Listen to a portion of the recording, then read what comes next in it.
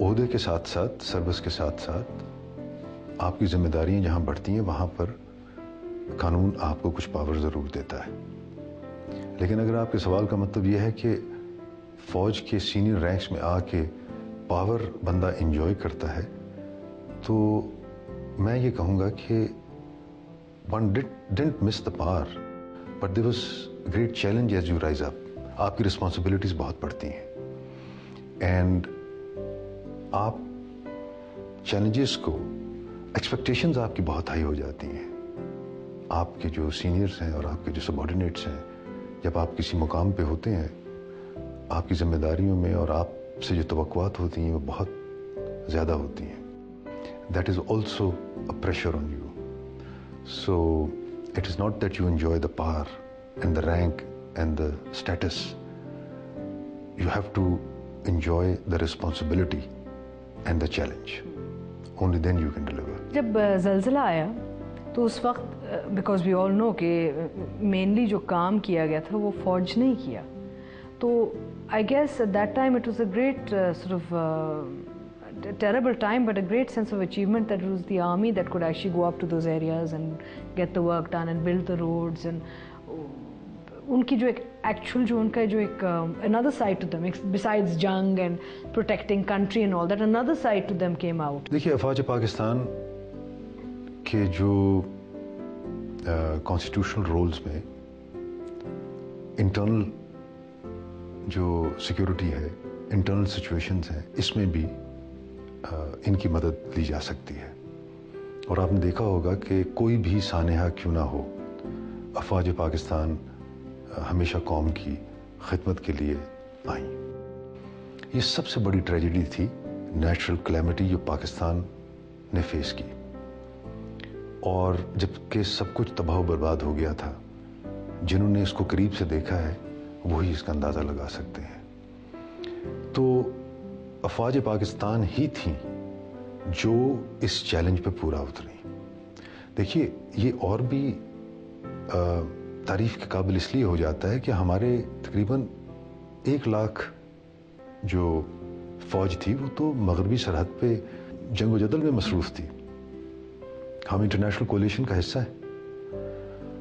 سو جو کشمیر میں line of control پہ تھے وہ خود انہوں نے سفر کیا، بہت کیجولٹیز ہوئیں، اور لائن آف کنٹرول کیونکہ ایکٹیو ہے، آپ افواج کو وہاں سے وڈرا بھی نہیں کر سکتے.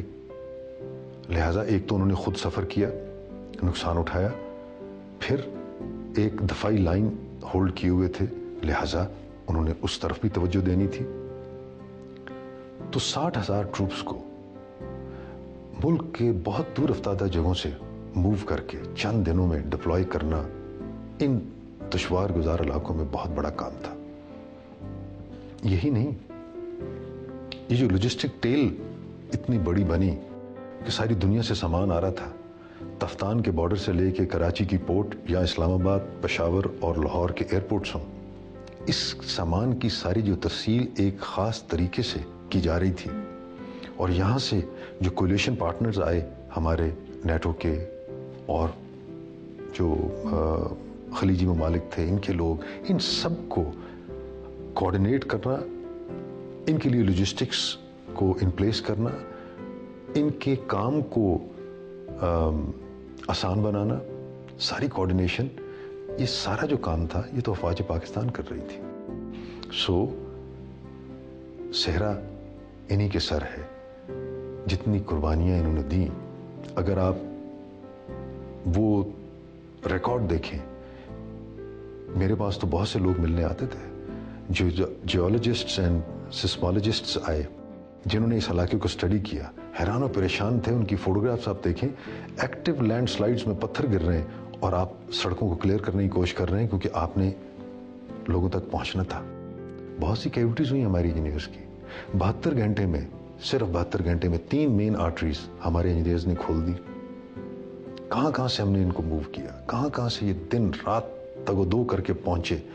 72 گھنٹے میں مظفر آباد، بالا کوٹ اینڈ مظفر آباد جو راول پنڈی اینڈ بالا کوٹ راول پنڈی مانسیرا جو روڈ تھی، اس کو کلیئر کر دیا.